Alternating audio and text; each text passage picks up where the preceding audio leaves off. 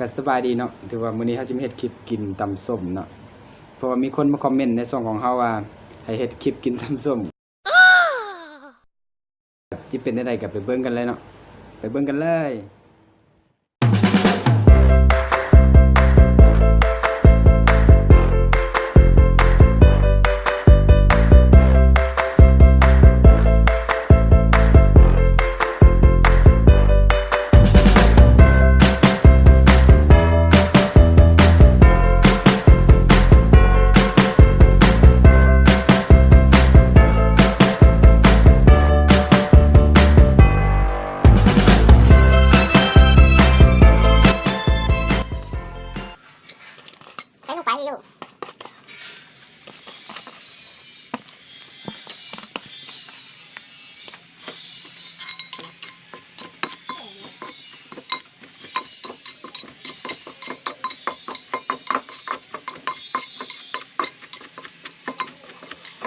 แบบนี้เนาะ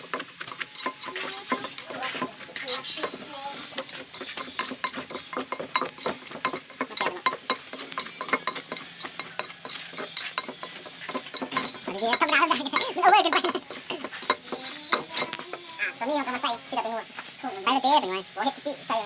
ใส่ลงไปคือจะทำแกงง่ายๆแล้ว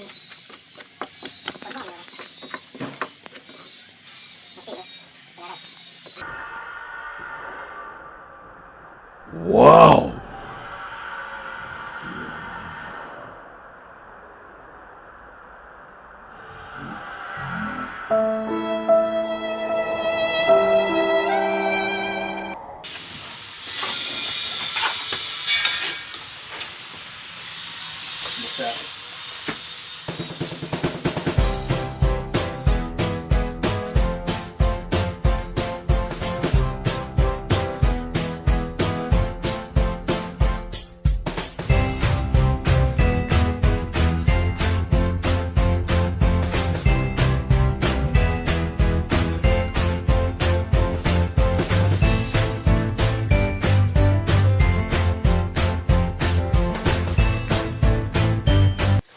เขาช่วยกินกำยัง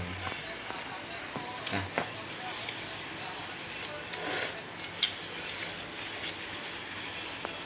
ว้าวเอาไม่ต้องการเห็ดพวกคลิปมือนี้เข้าซุปหรอ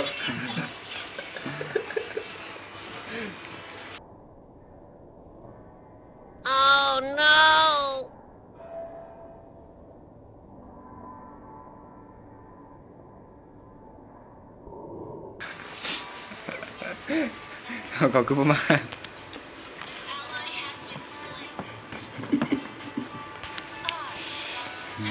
น้ำนะครับ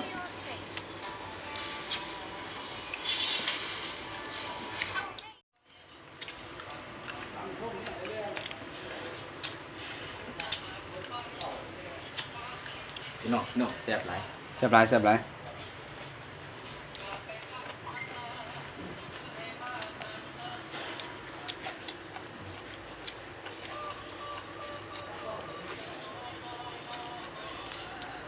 จากผู้ว่าเห็น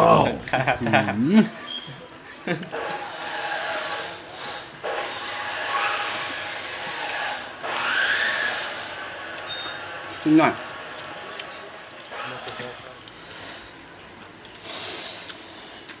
มันนี้พี่น้องครับมันนี้ตำส้มนะตำส้มตัวเราจะมักหุ่นกับมักเลี้ยง ก็ยังไม่ได้กินจะคำเลย ตำส้มเข้าหน่อยมักเลี้ยงมาชิมคำนึงกัน เริ่มจะเข้าบ่ข้าวตำ เม็ดมันอ่ะ เรื่องของคนตำเลย แค่น้าคนตำเลย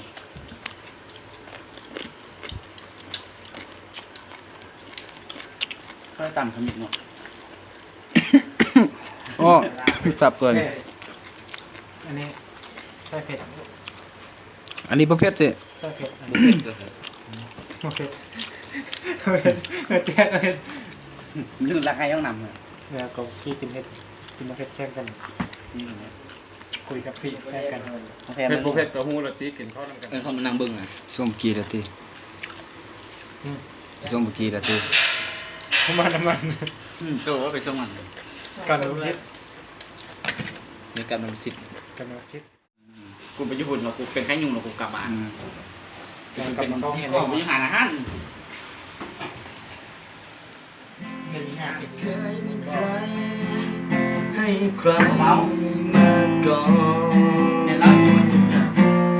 ไม่เคยอ่อนให้ความรักเลย กินให้ลืมเธอ จะมีใครๆมากมายคุ้นเคยแต่ไม่เคยมีใครอย่างเธอ ฉันเคยบอกกับเธอหรือยังว่าเธอมีความหมายเพียงใดกับคนที่ใจมันด้านเธอ ขาดมาก ฉันเคยบอกกับเธอหรือยังจากวันนี้และทุกเวลา